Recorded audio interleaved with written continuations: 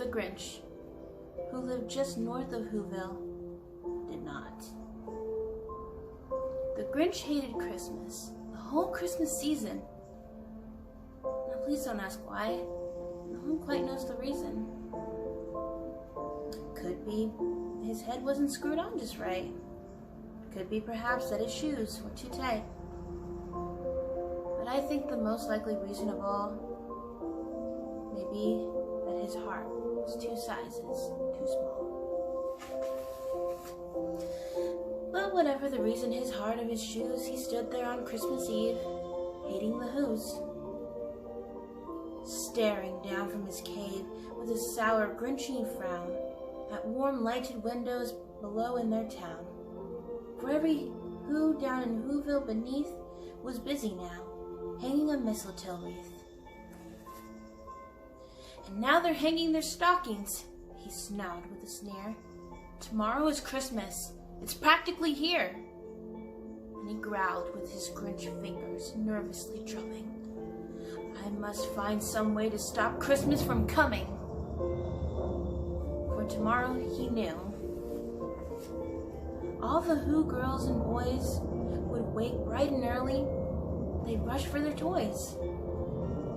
And then, oh the noise, noise, noise.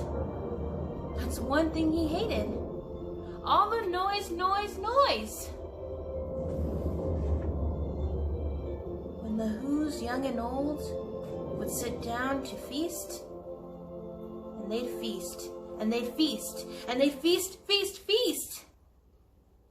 They would feast on Who pudding and rare Who roast beast, which was something the Grinch couldn't stand at the least. And then they do something he liked least of all. Every Who down in Whoville, the tall and the small, stand close together with Christmas bells ringing. They stand hand in hand, and the Whos would start singing.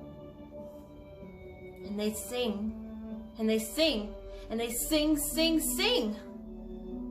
And the more the Grinch thought of this Who Christmas sing, the more the Grinch thought, I must stop this whole thing. Why, for 53 years I put up with it now. I must stop this Christmas from coming. But how? Then he got an idea. An awful idea. The Grinch had a wonderful, awful idea. I know just what to do, the Grinch laughed in his throat. I'll make us, and he made a quick Santa Claus hat and a coat. He chuckled and clucked. What a Grinchy trick! With this coat and this hat, I'll look just like Saint Nick. All I need is a reindeer. The Grinch looked around, but since reindeer are scarce, there was none to be found. But did that stop the Grinch? No. The Grinch simply said, if I can't find a reindeer, I'll make one instead.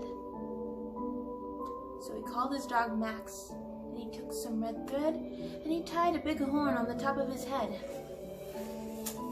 Then he loaded some bags and some empty old sacks.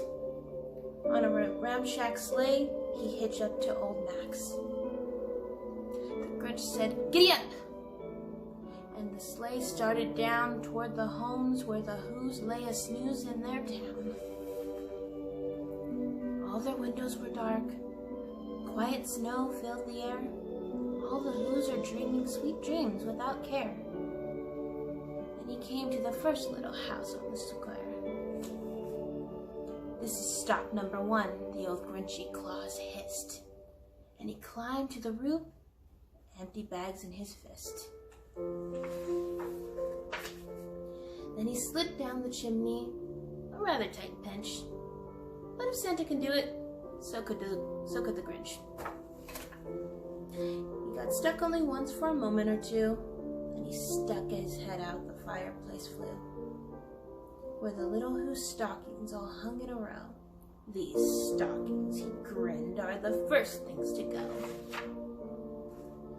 Then he slithered and slunk with a smile most unpleasant around the whole room, and he took every present. Pop guns and bicycles, roller skates, drums, checkerboards, tricycles, popcorn, and plums. And he stuffed them in bags.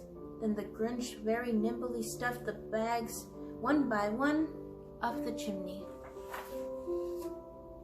Then he slunk to the icebox. He took the Who's Feast. He took the Who Pudding. He took the Roast Beast. He cleaned out that icebox as quick as a flash. Why, that Grinch even took their last can of Who Hash. And he stuffed all the food up the chimney with glee. And now, grinned the Grinch, I will stuff up the tree. And the Grinch grabbed the tree and he started to shove when he heard a small sound, like the coo of a dove.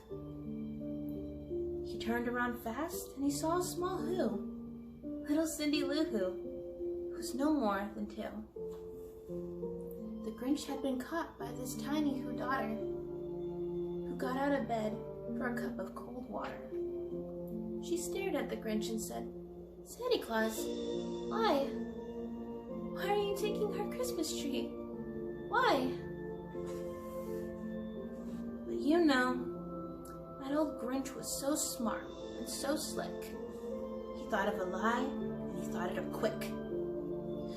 Why, my sweet little tot, the fake Santa Claus lied.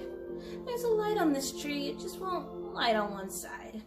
So I'm taking it home to my workshop, my dear. I'll fix it up there, and I'll bring it back here.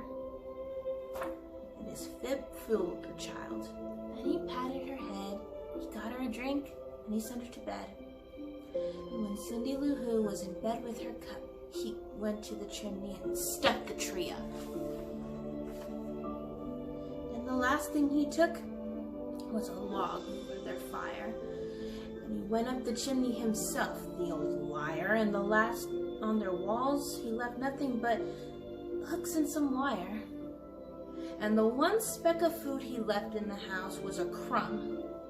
It was even too small for a mouse. Then he did the same thing to the other Who's houses, leaving crumbs much too small for the other Who's mouses. It was 15:15 dawn, all the Who's still abed, all the Who's still a snooze. When he packed up his sled, he packed it up their presents, their ribbons, their wrappings, the tags and the tinsel, the trimmings and the trappings. 3,000 feet up the side of Mount Crumpet, he rode his load to the top to dump it. Hoo-hoo to the Who's. He was Grinchishly humming. They're finding out that no Christmas is coming. They're waking up now, and I know just what they'll do. Their mouths will hang up open, right for a minute or two, and the Who's down in Whoville will all cry, hoo-hoo. That's a noise, grinned the Grinch, I simply must hear. So he paused, and the Grinch put a hand to his ear. And he did hear a sound rising over the snow. It started low, then it started to grow.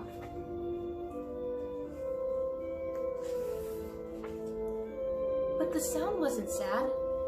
Why, it sounded merry. It couldn't be so. But it was merry. Very. He stared down at Whoville, and the Grinch pumped his eyes. Then he shook. What he saw was a shocking surprise. Every Who down in Whoville, the tall and the small, was singing without any presents at all. He hadn't stopped Christmas from coming. It came. Somehow, it came just the same. And the Grinch, with his Grinch feet ice cold in the snow, stood puzzling and puzzling. How could it be so? It came without ribbons. It It came without tags. It came without packages, boxes, or bags.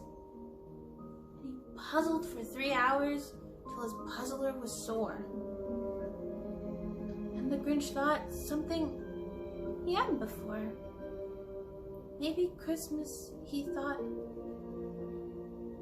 doesn't come from a store. Maybe Christmas, perhaps, means a little bit more. And what happened then? Well, they say in Whoville that the Grinch's small heart grew 3 sizes that day. And the minute his heart didn't feel quite so tight, he whizzed with his load through the bright morning light. And he brought back the toys, he brought back the food for the feast, and he himself, the Grinch, carved the roast beast.